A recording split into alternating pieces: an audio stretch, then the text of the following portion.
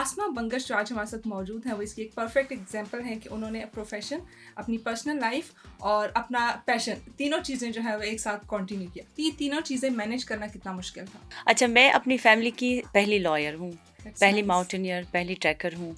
अरे वाह। मुश्किल था क्योंकि जब भी आप कोई नया कदम उठाते हैं या नया काम करते हैं तो जाहिर सी बात है वो लोगों के लिए अजनबी होता है, तो वो आपकी मुखालिफ में आ जाते हैं। और सपोर्ट सिस्टम में सबसे बड़ी चीज़ आपके वालिदैन होते हैं। वो अगर आपका साथ देते हैं तो फिर मुझे लगता है कि आप दुनिया का आप कुछ भी कर सकते हैं। लास्ट स्नो लेक हिस्परला किया था जो कि 5152 मीटर, और मैं पाकिस्तान की पहली खातून हूँ जिसने ये सक्सेसफुली क्रॉस किया। एक साइड पे आपके ग्लेशियर होता है, एक साइड पे आपके सरसब्ज बाग होते हैं, फूल होते हैं आपके, एक साइड पे मिट्टी होती है, एक साइड पे बड़े बड़े पत्थर, ये कुछ कारफोगोर मार्फोगोर इस तरह की वो थे स्नो लेक के टाइम पे कैंप साइट थी कि बिल्कुल आप ना हैरान। फिर हमने लाइव बियर देखा वहाँ पे, ब्राउन बियर देखा, मारखोर्स देखे। तो आप अल्लाह ताला की वहाँ पे वो चीज़ें विटनेस करते हो कि वो आप आम जगहों पे रह के नहीं विटनेस कर सकते हो। इंसान की असल नेचर है और हम उससे दूर हो गए उस हैं। नेचर से हम दूर हो गए और इसीलिए हम इस तरीके से जो है वो मॉडिफाई हो रहे हैं, डिजीजेस बढ़ती जा रही हैं। बिल्कुल ऐसा ही है। ये डिप्रेशन जो आजकल इतना कॉमन हुआ है, मेरे ख्याल से ये भी इसकी एक टॉप रीजन यही है कि हम नेचर से दूर हो गए। आप लोगों के दिल में अगर कोई पैशन है तो उसको प्लीज जिंदा रखें, उसको दुनिया की किसी भी हस्ती के लिए कुर्बान नहीं करें, क्योंकि एट द एंड आप हैं तो जहान है, आप नहीं हैं तो जहान नहीं है। अस्सलाम वालेकुम एवरीवन, सॉल्ट रेंज पॉडकास्ट की एक नई एपिसोड के साथ मैं हूं रुशना ज़मीर। और आज जो हमारे साथ गेस्ट मौजूद हैं, अब मुझे समझ नहीं आ रही कि मैं इनको क्या टाइटल दूं। तो टाइटल मेरे दिमाग में बहुत सारे हैं, लाइक इनको मैं आयरन लेडी भी कह सकती हूँ, इनको मैं वंडर वुमेन भी कह सकती हूँ, और ऐसे बहुत सारे नाम इस वक्त मेरे दिमाग में जंबल अप हुए हैं क्योंकि इनका एक्सपीरियंस और जो मैं इनकी प्रोफाइल देख रही हूँ वो इतनी वास्ट है कि हर खातून, हर लड़की, हर बच्ची इनको देख के ज़रूर इंस्पायर हो जाएगी। बताती चलूँ आपको, जो हमारे साथ आज गेस्ट मौजूद हैं वो माउंटेनियर भी हैं, उसके साथ साथ वो बाय प्रोफेशन एक लॉयर भी हैं, और जो जिस किस्म के वो केसेस लड़ रही हैं वो भी बड़े हैरान कुन हैं, ठीक है। और इसके साथ साथ एक जो बड़ी ही अमेजिंग चीज़ है वो ये है that she is a mother of 2 as well, जो कि बड़ा मुश्किल होता है। अक्सर ख़वातीन को मैं देखती हूँ कि जैसे ही शादी हुई तो तमाम तर जो उनका प्रोफेशन है, ये तरह की जितनी भी क्वालिटीज़ होती हैं उनको वो यूँ साइड पे रखती हैं और उसके बाद वो एक टिपिकल हाउसवाइफ बन जाती हैं। क्योंकि मैंने बहुत सारे लोगों को ऐसे देखा, मेरे अपने इर्द गिर्द बहुत सारे एग्जाम्पल्स हैं और जिनसे मैं बिल्कुल इंस्पायर नहीं होती। और मेरे लिए बड़ा एक वो पिंचिंग पॉइंट होता है कि क्यों यार, मतलब आपकी शादी हो जाती है तो आप क्यों हर चीज़ साइड पे रख के जो है वो अपने आप को भूल जाते हैं। लेकिन आसमा बंगश जो आज हमारे साथ मौजूद हैं वो इसकी एक परफेक्ट एग्जांपल है कि उन्होंने प्रोफेशन, अपनी पर्सनल लाइफ और अपना पैशन, तीनों चीज़ें जो है वो एक साथ कंटिन्यू किया। अस्सलाम वालेकुम आसमा, कैसी हैं आप? वालेकुम अस्सलाम, मैं बिल्कुल ठीक ठाक। सबसे पहले तो आपको सॉल्ट रेंज पॉडकास्ट पे वेलकम कहते हैं, और मुझे थोड़ा सा ना बताइएगा कि मैंने कोई चीज़ मिस तो नहीं की आपके इंट्रोडक्शन में। थैंक यू सो मच, आपने बहुत अच्छा इंट्रोडक्शन करवाया, थैंक यू। एक्चुअली इतनी सारी चीज़ें थी, मैं समझ नहीं आ रही थी कहाँ से शुरू करूँ, कहाँ पे इस चीज़ को ख़त्म करूँ। अच्छा, मुझे ये बताएं आसमा कि पहले तो सबसे पहले हम ये आएंगे कि आप कोहाट जैसे एरिया से ताल्लुक़ रखती हैं, और यूजुअली ये कॉन्सेप्ट होता है कि पठान ख़वातीन जो हैं वो ना तो एजुकेशन की तरफ इतनी आती हैं, प्रोफेशन की तरफ भी इतनी नहीं आती। और इसके साथ साथ अगर आप ये देखें कि लाइक माउंटेनियरिंग जैसा पैशन आपने कंटिन्यू किया, तो ये तीनों चीज़ें मैनेज करना कितना मुश्किल था?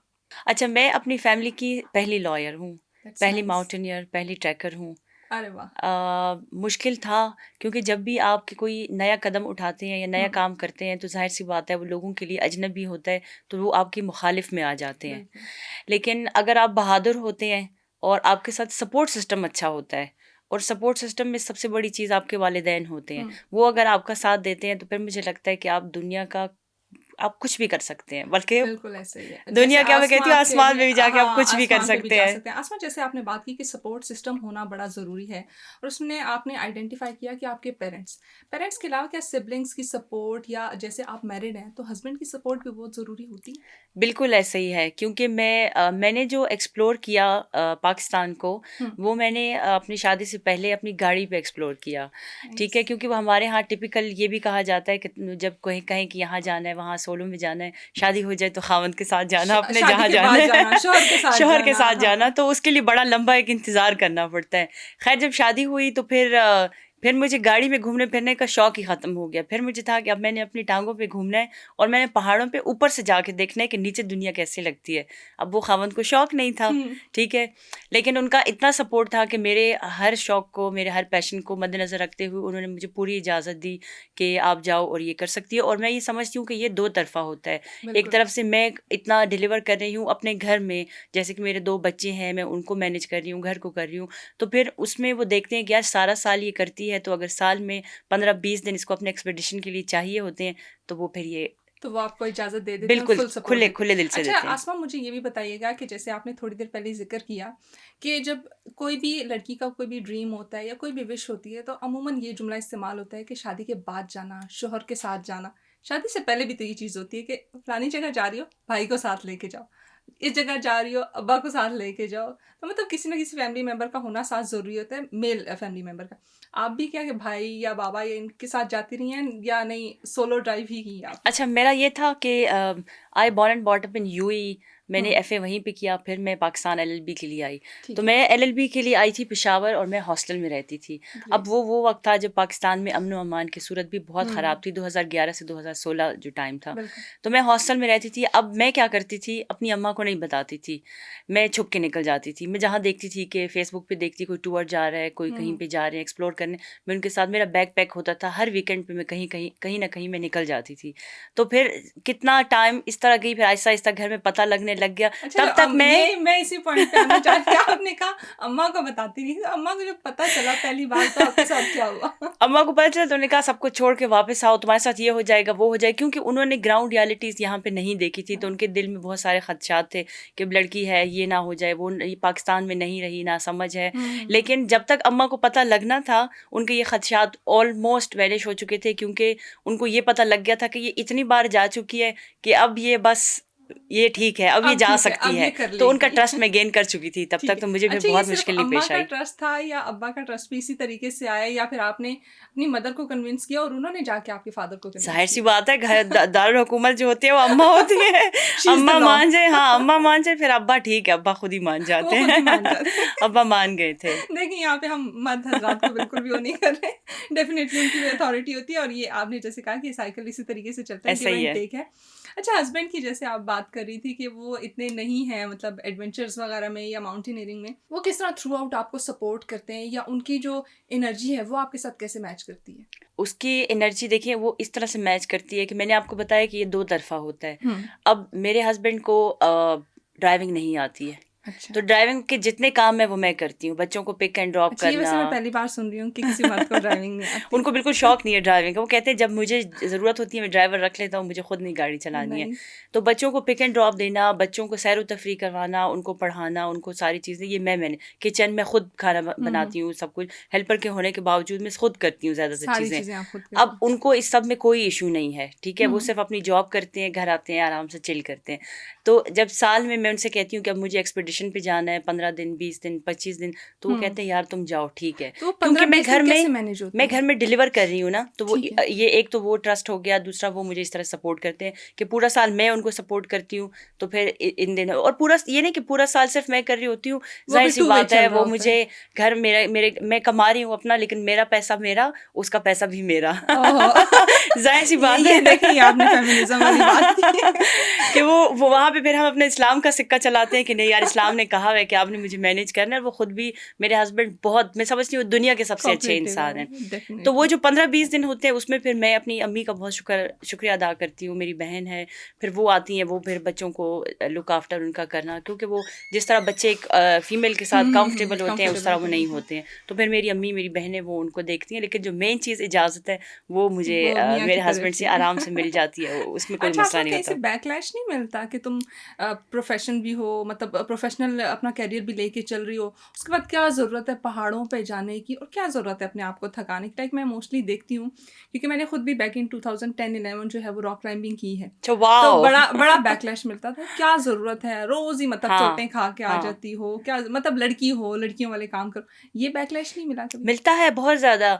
एक तो अनफॉर्चुनेटली लोगों के बहुत डबल स्टैंडर्ड्स भी हैं। लोग कहते हैं अच्छा ठीक है वकालत कर रही हो, इज़्ज़त वाला काम है, ये तुम करो, ये क्या तुम पहाड़ों पर चढ़ रही हो। तो लोग मतलब पैशन को नहीं समझ पाते हैं। मुझे लगता है कि अगर मैं पहाड़ों पे ना गई तो शायद मैं कुछ अरसे के बाद मेरी मेंटल हेल्थ में मैं सर्वाइव ही ना कर पाऊँ। मुझे आपके लिए एडवेंचर्स बड़े जरूरी होते हैं बहुत और ज़रूरी नेचर के होते साथ हैं। कनेक्टेड रहना भी एग्जैक्टली जरूरी है। मुझे शॉपिंग में बिल्कुल शॉपaholic नहीं हूँ, होटल्स में ये बिल्कुल इन चीज़ों में नहीं ये हूँ। बड़ी ऑड बात है। लेकिन मैं पहाड़ पे अगर ना जाऊँ, मैंने अल्हम्दुलिल्लाह अभी रमज़ान में अगर अभी आज मेरे ख्याल से 20-21 रोज़े हो गए, हमने कोई 17-18 रोज़े हाइकिंग की, बीच में 2-3 दिन हमारे मिस That's हुए। great. हम डेली बेसिस पे, हमारा ट्रैकर्स का ग्रुप है और हम डेली बेसिस पे रमज़ान में हम हाइकिंग करते हैं। यूजली तो हम रमजान में कहते हैं कि नहीं हमें कोई एक्सरसाइज नहीं करनी। एग्जैक्टली हाँ हमारा रोजा है, मतलब हम वो जो बेसिक रमज़ान, इबादत है ना वो भी बड़ी मुश्किल से घसीट हाँ घसीट के हाँ, कर रहे होते हैं। हालांकि रमज़ान में ज़्यादा अच्छी एक्सरसाइज होती है, ज़्यादा अच्छी हाइक होती है, आपका स्टेमिना, आपका आपकी आपकी हर एक चीज़ बहुत बेस्ट, अपने बेस्ट पे होती है। बिल्कुल। और रमज़ान का तो अल्लाह ताला की तरफ से जो हमें तोहफ़ा है वो भी इसीलिए है कि पूरा साल जो है हम खाते पीते रहते हैं, तो रमज़ान एक स्टॉप होता है और उसमें हाँ हमारे ऑर्गन सारे अपने चीजें बेस्ट पे आ बैलेंस जाते आउट हैं। हो जाती हैं। एग्जैक्टली हाँ बिल्कुल ऐसे ही है। और एग्जैक्टली। साथ आपकी डाइट भी मैनेज हो जाती है ना। आप वो यूजुअली जो लोग डाइट पे अच्छा, जा रहे मैं होते हैं डाइट उनके लिए शाइट कोई नहीं बस करती हूँ। पठार हूँ, डाइट खूब कॉन्शियस भी खाती हूँ। नहीं। नहीं, डाइट शाइट का मेरी डिक्शनरी में कुछ भी नहीं है। ऐसा वो आप कुछ भी मेरी नहीं है। सेहत देख के भी देख सकती हैं। नहीं और देखिए आप उसको इसमें बैलेंस कर रही हैं ना, हाँ आप हाँ हाइकिंग वगैरह पे जा रही हैं, हाँ, आप डिफरेंट एग्जैक्टली, यस एक्टिविटीज कर यस रही हैं। यस। अच्छा आसमा, यूजली एक और चीज भी माइंड में मेरे आई कि लोग बड़े ना, खवातीन जो वकील होती हैं उनसे बड़ा कतराते हैं, ये तो वकील है, पता नहीं घर आएगी कच्चा तो खा क्या कर जाएगी। जाएगी। ठीक है, तो वो प्रॉब्लम्स भी हुए या नहीं, उसको आपने बड़े आराम से हैंडल कर लिया था? नहीं, वो प्रॉब्लम यार, मेरा हस्बैंड बहुत शरीफ इंसान है, उसके साथ मेरे मैं कहती हूँ कि कोई झगड़ा हो, मैं शुरू भी करती हूँ, लेकिन वो आगे से बिल्कुल, वो कहता है लगी उससे रहो, मुझे एक वो बोलते रहो। मीम याद आ गया जिसमें था कि क्या करूं जब आपको एक मैच्योर हस्बैंड मिल जाता है हाँ, तो वो वाकई में, रिजॉल्व कर देता है, मैं वाकई में। गुस्सा लेके कहाँ जाऊं। कहाँ जाऊँ, वो कुछ भी नहीं बोलते, वो बहुत अच्छे इंसान है, नहीं झगड़ा वगड़ा कुछ भी उन्होंने नहीं करना ये तो होता। फिर आपके लिए बहुत एक बड़ी मैं बहुत ब्लेसिंग है। लकी इंसान हूँ इस मामले अच्छा में। मैं अब ये जानना चाहूंगी कि जो आपका प्रोफेशनल करियर है उसमें कोई ऐसा केस आया हो जो कि बड़ा मुश्किल हो हैंडल करने के लिए, या जहाँ पे आसमा को लगा हो कि इससे आगे मेरे से नहीं होगा? बिल्कुल ऐसा ही है। केसेस तो बहुत मैंने अपने करियर में अभी तक कम केसेस लिए, लेकिन मैंने बहुत क्वालिटी के केसेस लिए, ऐसे केसेस लिए कि मेरी कोशिश उसमें ये होती है कि जस्टिस प्रिवेल हो, अगले लोगों को जस्टिस मिले। मैंने और सिर्फ ये नहीं कि पाकिस्तान में, मैंने रिसेंटली अभी हमारे मतलब एक हम क्या कहते हैं रिवायती हरीफ हैं, इंडिया को हम समझते हैं, मैंने वहाँ से एक लेडी को स्पॉन्सर किया, उसको 11 महीने अपने घर रखा। उनकी बेटी का एक इशू था, मतलब माँ बाप में सेपरेशन हो गई थी और बच्ची जो थी तो वो खातून के पास उसका ही वेलफेयर ज़्यादा थी। तो फिर मैंने तकरीबन 9 मंथ्स डिस्ट्रिक्ट कोर्ट और हाई कोर्ट ऑफ एबटाबाद में और पेशावर में हाई कोर्ट में मैंने वो केस लड़ा, अल्हम्दुलिल्लाह विन किया, मैंने उसको एक बच्ची दिलाई और ये मेरे लिए बहुत बड़ी क्या अचीवमेंट था थी। कि हस्बैंड वाइफ दोनों डिफरेंट कंट्रीज से थे? जो हस्बैंड था वो पाकिस्तानी था, जो लेडी थी वो इंडियन थी। अच्छा, और रहते ये किसी थर्ड तो कंट्री में आप थे। किसकी तरफ से लड़ रही थी? मैं फीमेल की तरफ से ओह और नाइस। उसमें जो लोग थे वो खुद भी मतलब वो मेरी कास्ट से थे, तो मुझे अच्छा वो भी एक वहाँ पे देखने को मिला कि उन्होंने कहा कि आप हमारी ही कास्ट हैं, हमारी अगेंस्ट लड़ रही हैं। तो मैं लोगों को ये बताती हूँ कि इट्स नॉट अबाउट कास्ट, मैं एक लॉयर हूँ, मेरे आगे एक इंसान है, एक मजलूम है, मुझे उसकी मदद करनी है। इस तरह से मैंने अफगान रिफ्यूजीज़ के लिए बहुत ज़्यादा काम किया है। मैं UNHCR और UNDP के साथ as a pro bono lawyer काम कर रही हूँ, मतलब बिल्कुल फ्री ऑफ कॉस्ट काम कर रही हूँ। और अल्हम्दुलिल्लाह मेरी अर्निंग भी अच्छी है, और अर्निंग जिन केसेस से मुझे अर्निंग होती है उन्हीं की वजह से मैं एडवेंचर्स पे जाती हूँ, कि अभी तक मैंने जितने एडवेंचर्स किए वो सब मैंने खुद अपने आप को स्पॉन्सर किए हैं। ये तो बहुत ही जबरदस्त सी बात है कि आप ना अपना सारा खर्चा खुद बर्दाश्त करें, हाँ। हस्बैंड भी, इसीलिए मैं कह रही हूँ आराम से इजाजत दे देते हैं। अच्छा थोड़े, शायद। हाँ वो कहते हैं बस कर रही है, खुद कर रही है ना, हाँ मेरे पे नहीं हाँ बोझ में। ये बहुत अच्छी बात होती है। मैं यूजली फीमेल्स को जब मैं देखती हूँ तो मैं उनको यही कहती हूँ कि आप अगर खुद इंडिपेंडेंट हो जाएंगी ना तो जो आपका पार्टनर है वो भी थोड़ा रिलैक्स हो जाएगा कि एग्जैक्टली खुद चीजें कर मतलब वो रही है। मुझे फाइनेंशियली हेल्प करते हैं, लेकिन अगर 50 तो 60 मैं खुद बर्दाश्त करती हूँ, 70 मैं खुद करती हूँ, 30% उन पे बोझ आता है, क्योंकि ये मेरा एक डिफरेंट पैशन है जो कि बहुत एक्सपेंसिव भी है। पहाड़ों का शौक बहुत एक्सपेंसिव है, तो वो मुझे हेल्प करते हैं, लेकिन एक ज़्यादातर मैं अपने एक्सपेंस खुद बेयर हाँ करती लोगों हूँ। को ये लगता है कि आप पहाड़ों पे जा रहे हो, आप क्या कर रहे हो, कुछ भी तो नहीं कर रहे, लेकिन उसके लिए सेफ्टी मेजर्स और ये सारी चीजें करना बहुत सबसे जरूरी एक्सपेंसिव होती है। आपका फूड होता है, फूड, उसकी ठीक किट है। बहुत महंगी होती है, आपके शूज और ये सारी चीजें भी बड़ी एग्जैक्टली एक्सपेंसिव क्योंकि होती देखिए हैं। जब हम अभी जैसे मैंने लास्ट स्नो लेक हिस्पर ला किया था जो कि 5152 मीटर, और मैं पाकिस्तान की पहली खातून हूँ जिसने ये सक्सेसफुली क्रॉस किया। अब वो हमारा कोई था 16 डेज का ट्रैक था ग्लेशियर पे, बियाफियो हिस्पर ग्लेशियर है, तकरीबन 146 किलोमीटर लॉन्गेस्ट ग्लेशियर है ये। और आउट ऑफ पोलर रीजन ये लॉन्गेस्ट और लार्जेस्ट ग्लेशियर है। पोलर रीजन में अंटार्कटिका है।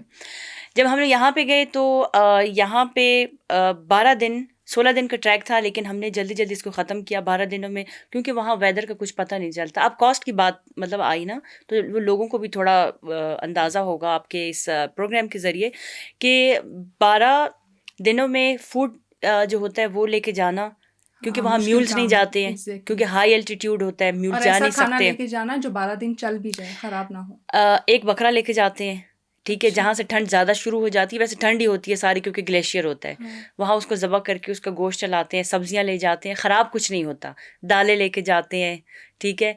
फिर उसको उस फूड को कैरी करना, फिर जो आपके पोर्टर्स होते हैं, पोर्टर्स के अलग एक्सपेंसेस होते हैं। फिर आप अपने लिए जो आपकी किट होती है, आपके कपड़े, आपके शूज़, आपके टेंट, आपके स्लीपिंग बैग्स, तो ये सारी चीज़ें, क्योंकि वहाँ का टेम्परेचर कभी आपको -10, 15, 20, 30, 25 में आपको चला जाता है, तो उस लिहाज से फिर आपको ख़ुद को पैक करके आपको हर एक चीज़ अपनी रखनी पड़ती है। नहीं होता, बड़े कहते हैं, लोग कहते हैं ख़वातीन बड़ी नाजुक सी होती हैं, लंबे लंबे नाखून रखने का शौक होता है, मेकअप का शौक होता है, वहाँ पे आप एक ऐसा पैशन लेके चल रही हैं जो कि बड़ा ही सख्त है, और कहते हैं कि मर्दों के लिए, ख़वातीन के लिए नहीं है। कितना मुश्किल है। और एक और चीज़ बीच में ऐड ऑन कीजिए कि जैसे आप एक्सपेंस की बात कर रही हैं, तो पर एक्सपेंडिचर जो आपका वो है एक्सपेंस आता है, पर एक्सपेडिशन आपका जो एक्सपेंस आता है वो कितना होता है? एस्टिमेटेड, एक ज़ाहिर है एग्जैक्ट अमाउंट तो नहीं बता सकते, एग्जैक्टली, लेकिन जो भी एक एस्टिमेटेड अमाउंट होती है वो अभी अगर मैं इस साल आपको बताऊं तो जो लोग कंकोडिया जा रहे हैं, मैं 2022 में K2 बेस कैंप गई थी, तो उस टाइम हमने तकरीबन 2,20,000 रुपये दिए थे स्कर्दू टू स्कर्दू, और एयर टिकट के साथ ये वो लोग करके 3 लाख बन गए। फिर अपनी किट का आपने ले ली और चीज़ें ले ली, तो 5 लाख तो आपका कहीं भी नहीं गया। अब सिर्फ 3 लाख या 3.5 लाख स्कर्दू टू स्कर्दू, मतलब स्कर्दू टू कंकोडिया और कंकोडिया बैक टू स्कर्दू, ये आपका 3 लाख आ रहा है। फिर एयर टिकट और ये, तो ये फिर आपका अपना, फिर आपने खाने पीने के लिए जो चीज़ें लेनी होती हैं वो करना होता है, तो वो इसका अच्छा, इसके लिए कोई बेबी स्टेप लिया जा सकता है जिसमें लाइक जो इतना एक्सपेंसिव ना हो? क्योंकि बहुत सारे लोग चाहते हैं कि वो इस चीज़ को फॉलो करें, लेकिन जो इतना एक्सपेंस सोचेंगे तो घबरा के अच्छा, मैं हाँ, बिल्कुल, आप बिल्कुल ठीक कह रही हैं। असल में मैंने जो 2 ट्रैक बताए और जो मैंने खुद किए, तो ये दुनिया के 2 बड़े ट्रैक हैं, K2 बेस कैंप और स्नो लेक हिस्परला का। लेकिन पाकिस्तान की इतनी ब्यूटी भरा हुआ है पाकिस्तान खूबसूरती से कि आपके पास ट्रैक ही ट्रैक हैं। हमारे पास सवात में, मतलब KPK में, GB में, हमारे पास सिंध में, हमारे बलूचिस्तान में, कश्मीर में, हमारे पास हर जगह में अपने ट्रैक्स हैं और हर जगह की अपनी खूबसूरती। अब फॉर एग्जांपल आप जा सकते हैं यहाँ से, चुरकू पीक है, मैंने अभी अक्टूबर में उसको किया था, 4,200 मीटर है, उसका आप एक्सपेंस लगाएंगे तो 25-30 हज़ार रुपये है। 4 दिनों में आप आना जाना, इस्लामाबाद से वापस, मतलब आप 4 दिनों में आ जा सकते हैं। यहाँ से बहुत सारे टूर ऑपरेटर्स हैं, कंपनीज हैं जो लेके जाते हैं। ऐसी एक्टिविटीज होती हैं, क्योंकि मैंने देखी हैं बहुत सारी। जब मैं 2010-11 में करती थी तो जाहिर है मैं यहाँ पे तो ट्रेल्स भी हैं, वो तो मुफ्त में है, वो तो कहीं गए ही नहीं। और इस्लामाबाद में आप यकीन करें इतने ट्रेल्स हैं कि अगर आप एक्सप्लोर करने लग जाएं तो मुझे लगता है कितने सालों तक आप सिर्फ उनको एक्सप्लोर नहीं कर सकते हैं। लोगों को सिर्फ शायद ट्रेल 5 या ट्रेल 3 का पता है, लेकिन यहाँ बेहद खूबसूरती है, बहुत खूबसूरत ट्रैक्स हैं। तो वहाँ से थोड़ा जो है वो बेबी स्टेप्स लेके थोड़ा एक्सपीरियंस लिया जा सकता है, और उसके बाद जो है वो ऊंची उड़ान जो है वो भरी जा सकती है। ऐसा ही है। अच्छा आसमा, आगे बढ़ेंगे, और मुझे ना थोड़ा सा अपने सारे ये जितने भी आपके एडवेंचर्स थे उनकी ना एक छोटी सी लिस्ट आप मुझे बताएंगी। है तो वैसे बड़ी लंबी लिस्ट है, लेकिन हम चाहेंगे कि उसको प्रिसाइजली आप बताएं कि क्या क्या किए। अच्छा, मैंने किया है 2022 में कंकोडिया किया, K2 बेस कैंप किया मैंने।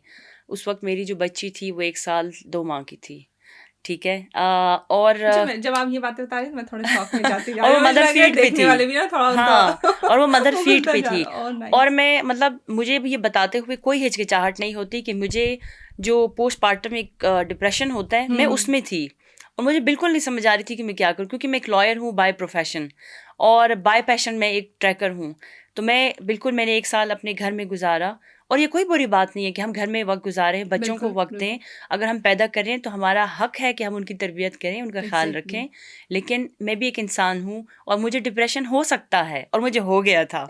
तो मैंने अब मुझे समझ नहीं आई क्या करूँ। मैंने एकदम से ऐड देखा K2 का, मैंने कहा K2 जाना है। हाँ, K2 जाना है। मैंने बस 3-4 दिनों पहले ही मैंने प्लान किया और मैं निकल गई, मैं चली गई। उसके बाद मुझे फिर चस्का लग गया, वो क्या कहते हैं, लत लग गई। हाँ लत लग गई, वो लहू मुँह लग गया। मैंने कहा अब तो मैंने बस अब पहाड़ों से, वहाँ मैं बहुत कनेक्ट हुई अल्लाह ताला से। मैंने वहाँ पे नमाज़ें शुरू कर दी। मैं पहले भी नमाज़ पढ़ती थी लेकिन टूटी फूटी हुई, पढ़ ली नहीं पढ़ ली। वहाँ मैं अल्लाह ताला से कनेक्ट हुई वहाँ पे। जब मैंने वो पहाड़ देखे तो मेरे अंदर की जो मैं थी ना वो गई, मर गई।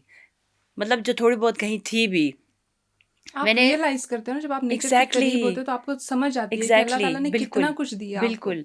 और जब आप जिस तरह हम खाना काबा को जब फर्स्ट टाइम देखते हैं तो हमारे अंदर एक ऐसी फीलिंग होती है जिसको हम बयान नहीं कर सकते। तो जब मैंने केटू को इस तरह अपनी आंखों के सामने देखा तो मतलब मैं बहुत ज़्यादा रोई और मैंने अल्लाह ताला से कहा कि अल्लाह ताला आप कितने कितने खूबसूरत, आप कितने प्यारे हैं, इतने बड़े बड़े पहाड़ आपने बनाए और मुझे देखो, इतनी सी तो मैं हूँ इसके सामने, लेकिन मेरी बातें, मेरी हरकतें, मेरी सोच। तो मैंने अल्लाह ताला से बहुत अपने आप को कनेक्ट किया, नेचर से किया। फिर 2023 में फिर मैं वापस आई, फिर मैंने चुकेल बांडा किया, ये सवात में एक छोटा सा बहुत खूबसूरत ट्रैक है। मैंने अपने बेटे के साथ किया, मेरा बेटा उस वक्त 4 साल का था। अच्छा। उसके साथ किया, तकरीबन 3100-200 मीटर है वो। उसके बाद फिर मैंने नेक्स्ट ईयर जो बड़े ट्रैक्स हैं उसमें मैंने फिर स्नो लेक हिस्परला किया।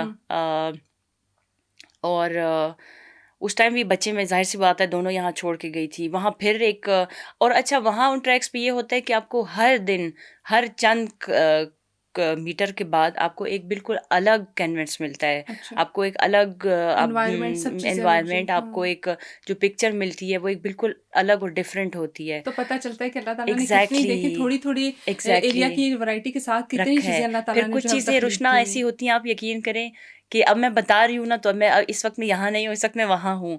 एक साइड पे आपके ग्लेशियर होता है, एक साइड पे आपके सरसब्ज बाग होते हैं, फूल होते हैं आपके, एक साइड पे मिट्टी होती है, एक साइड पे बड़े बड़े पत्थर, ये कुछ कारफोगोर मार्फोगोर इस तरह की वो थे। स्नो लेक के टाइम पे कैंप साइट थी कि बिल्कुल आप ना हैरान। फिर हमने लाइव बियर देखा वहाँ पे, ब्राउन बियर देखा, मारखोर्स देखे।